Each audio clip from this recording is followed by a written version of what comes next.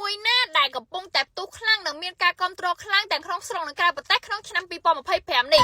ចាំបងប្អូនមិនឆ្ងល់ទេរថយន្តដែលបងប្អូនកំពុងតែ review នេះហើយជារថយន្តដែលលក់ដាច់និងមានការផ្ទុះការគ្រប់គ្រងប្រើខ្លាំងមែនទែនដោយសារអីរថយន្តនេះល្អទាំងតម្លៃ option ក៏ទំនើបរូបរាងក៏ធំល្មមលក្ខណៈគ្រួសារទៀតបងប្អូនរថយន្តដែលបងប្អូនកំពុងតែ review នេះជាប្រភេទរថយន្ត Mazda EZ60 ស៊េរីឆ្នាំ2025ប្រភេទ EV អគ្គិសនីសុទ្ធដែល range របស់វាអាចរត់ដល់ចម្ងាយ600គីឡូម៉ែត្រសំខាន់ណា option ទំនើបសាហាវបងប្អូនដល់គ្នាអ្វីដែលសំខាន់មួយទៀតចំពោះផ្នែកខាងក្រោយវាក៏មានភាពធំទូលាយដែរធំតែតម្លៃ30000មាន option គ្រប់សពបែបយ៉ាងឯងសំខាន់បំពាក់មកជាមួយនឹងកៅអី Mazda ក្តារត្រជាក់ទៀតគឺពិតជាទំនើបខ្លាំងមែនតើហើយបើនិយាយអ៊ីនធឺរីក្នុងគេវិញស្បែកកៅអីស្បែកពូកេគឺអត់អាចមានឡានណាកម្រដូចមែនតើបងគេធ្វើសលាយជាមួយនឹងប្រភេទពណ៌ត្រាវបងប្អូនគឺស្អាតប្លែកខ្លាំងមែនតើបើនិយាយពីយ៉ាន់កង់គេវិញណា The Best អត់មានឡានដូចទេបើនិយាយពីជាផ្នែកខាងក្រោយគេវិញគឺគេរចនាបែបឆ្នោតស្អាតប្លែកមែនតើជាសម្រាប់បងប្អូនដែលមានតម្រូវការទៅលើរថយន្តប្រភេទ Mazda EZ60 EV បងប្អូនអាចទៅតបងប្អូនឬមួយក៏អញ្ជើញមកមើលផ្ទាល់បានអរគុណច្រើន